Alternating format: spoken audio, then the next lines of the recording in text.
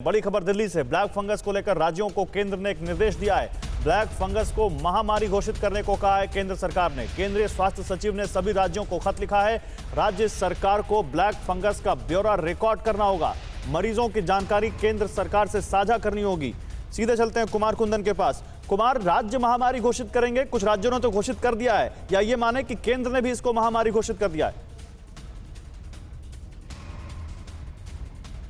चलिए कुमार के पास हम जाएंगे, कुमार से बात करेंगे। लेकिन ब्लैक फंगस को लेकर राज्यों को केंद्र सरकार ने निर्देश जारी किया है कि ब्लैक फंगस को महामारी घोषित करने को कहा है। केंद्रीय स्वास्थ्य सचिव ने सभी राज्यों को खत लिखा है। राज्य सरकार को ब्लैक फंगस का ब्यौरा रिकॉर्ड करना होगा। आपको बता दें कि राजस्थान सहित कुछ राज्य ऐसे हैं जिन्होंने पहले ही ब्लैक फंगस को महामारी घोषित कर दिया है।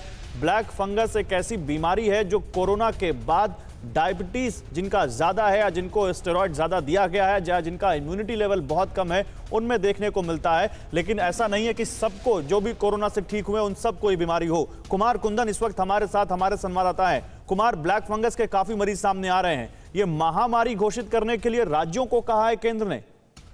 निश्चित रूप से, और कुछ राज्यों ने तो इसे पहले ही किया है, जैसा कि आप दर्शकों को बता रहे थे।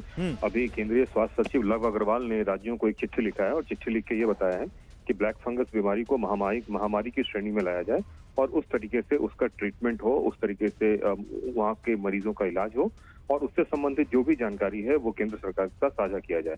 जहां तक गौरव बीमारी की बात है, दिल्ली में ही अब तक जो है तकरीबन लगभग 200 मरीज के आसपास बताए जा रहे हैं कि ब्लैक फंगस के दिल्ली में आ गए थे।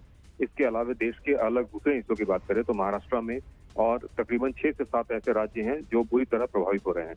कुछ जगहों पे तो इसका नया स्ट्रेन भी देखने को मिल रहा है जिसमें व्हाइट फंगस भी आ रहा है। तो ये एक सरकार के लिए अलार्मिंग सिचुएशन है।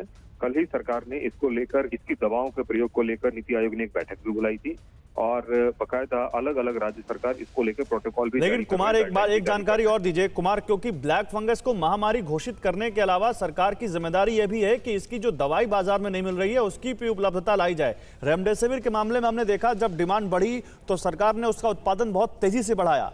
कई राज्य ऐसे कह रहे हैं कि उन्होंने केंद्र को ब्लैक फंगस का इंजेक्शन उपलब्ध कराने को कहा है लेकिन उनको मिला नहीं है। इस बारे में केंद्र सरकार की तरफ से कुछ किया जा रहा है? निश्चित रूप से, जहां तक बीमारी से उत्पन्न स्थिति है दवाइयों को लेकर, वो जग जाहिर है।